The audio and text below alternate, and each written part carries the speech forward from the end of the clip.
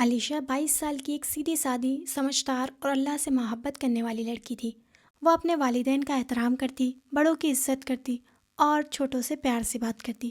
سب سے خاص بات یہ تھی کہ علیشہ 5 وقت کی نماز کی پابند تھی۔ چاہے تھکان ہو، کام ہو یا دوستوں کے ساتھ بزی ہو، نماز کبھی چھوٹنے نہیں دیتی۔ فجر کے وقت جب شہر ابھی خاموش ہوتا، علیشہ اٹھ کر وضو کرتی، جانماز بچھاتی اور خاموشی سے اللہ کے سامنے کھڑی ہو جاتی۔ اس کی نماز دیکھ کر لوگ کہتے ہیں، ماشاء اللہ علیشہ نماز کی کتنی پابند ہے۔ لیکن علیشہ کے دل میں ایک بات تھی جو اسے اندر ہی اندر پریشان کرتی تھی۔ علیشہ روز قرآن پڑھتی، ہر دن کچھ نہ کچھ تلاوت کرتی، لیکن ایک بات تھی جو اسے ہمیشہ چبھتی تھی۔ وہ کہتی، میں قرآن صرف پڑھ رہی ہوں، میں قرآن کو سمجھ نہیں پا رہی۔ وہ سورہ فاتحہ روز نماز میں پڑھتی تھی، لیکن جب نماز ختم ہوتی تو اس کے دل میں ایک ہی سوال اٹھتا۔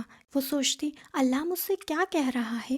میں جو بول رہی ہوں اس کا مطلب کیا ہے؟ اس نے کوشش کی کہ سورہ کے ترجمہ کو اچھے سے یاد کرے، لیکن اسے ترجمہ نہ پوری طرح یاد ہوتا نہ دل میں بیٹھتا۔ یہ بات اسے راتوں کو کئی بار رلا دیتی۔ ایک دن علیشہ نے اپنی امی سے کہا، امی میں قرآن کو سمجھنا چاہتی ہوں، صرف پڑھنا نہیں۔ امی نے پیار سے کہا، بیٹا بس بار بار پڑھتی رہو، خود یاد ہو جائے گا۔ اس نے اپنی بہن سے پوچھا، اس نے بھی یہی کہا، ریپیٹ کرتی رہو، ٹائم لگے گا لیکن یاد ہو جائے گا۔ اس نے اپنے دوستوں سے بھی پوچھا، سب نے صرف ایک ہی جواب دیا، ریڈ اگین اینڈ اگین، دھیرے دھیرے میمورائز ہو جائے گا۔ علیشہ نے کوشش کی، روز ریپیٹ کیا، لیکن اسے لگتا تھا جیسے وہ اندھیرے میں چل رہی ہو۔ وہ چاہتی تھی کہ جب وہ نماز پڑھے تو اس کا دل بھی بولے۔ وہ چاہتی تھی کہ ہر لفظ اس کے دل کو چھو کر جائے۔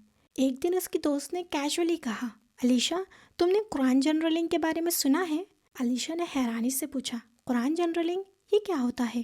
اس کی دوست نے اسے بتایا کہ اس میں صرف تم قرآن پڑھتے نہیں ہو، تم لکھتے بھی ہو، سوچتے بھی ہو اور سمجھتے بھی ہو۔ یہ بات علیشہ کے دل میں بیٹھ گئی۔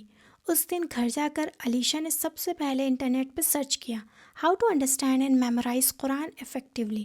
اس نے پڑھا کہ سورہ کو دھیان سے سنیں، سورہ کو لکھیں، اس کا ترجمہ لکھیں، جو الفاظ سمجھ نہ آئیں انہیں نوٹ کریں، اس پر غور کریں اور اپنی سمجھ کے حساب سے ڈائری میں لکھیں۔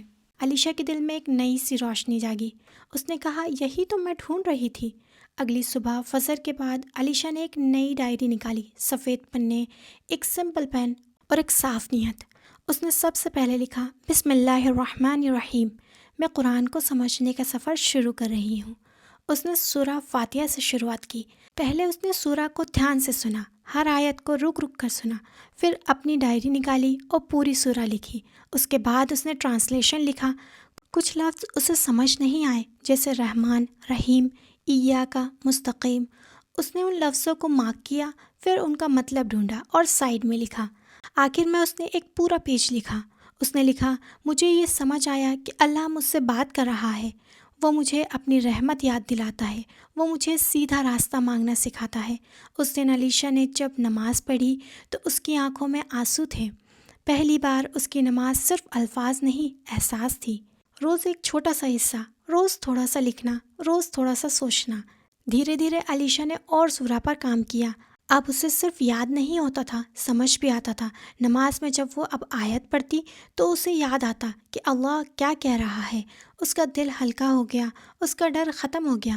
وہ کہتی، اب لگتا ہے کہ قرآن مجھ سے بات کرتا ہے۔ آج علیشہ خوش ہے، وہ پرفیکٹ نہیں ہے لیکن اللہ کے قریب ہے۔ اس نے سیکھ لیا کہ قرآن سمجھنے کے لیے قرآن کو صرف یاد کرنا نہیں بلکہ دل سے جڑنا ہے۔ اگر آپ بھی قرآن پڑھتے ہیں لیکن سمجھ نہیں پاتے تو خود کو کمزور نہ سمجھیں۔ اگر آپ بھی چاہتے ہیں کہ نماز صرف ادا نہ ہو بلکہ محسوس ہو تو قرآن جنرلنگ شروع کیجیے۔ ایک ڈائری، روز تھوڑا سا وقت اور ایک سچی نیت، اللہ خود راستہ آسان کر دیتا ہے۔ اس کہانی کو ان لوگوں تک ضرور پہنچائیں جو قرآن سے محبت کرتے ہیں لیکن سمجھ نہیں پاتے۔ شاید آپ بھی کسی کی زندگی بدلنے کا سبب بن جائیں۔ اللہ ہم سبھی کو قرآن سمجھنے اور اس پر عمل کرنے کی توفیق دے، آمین۔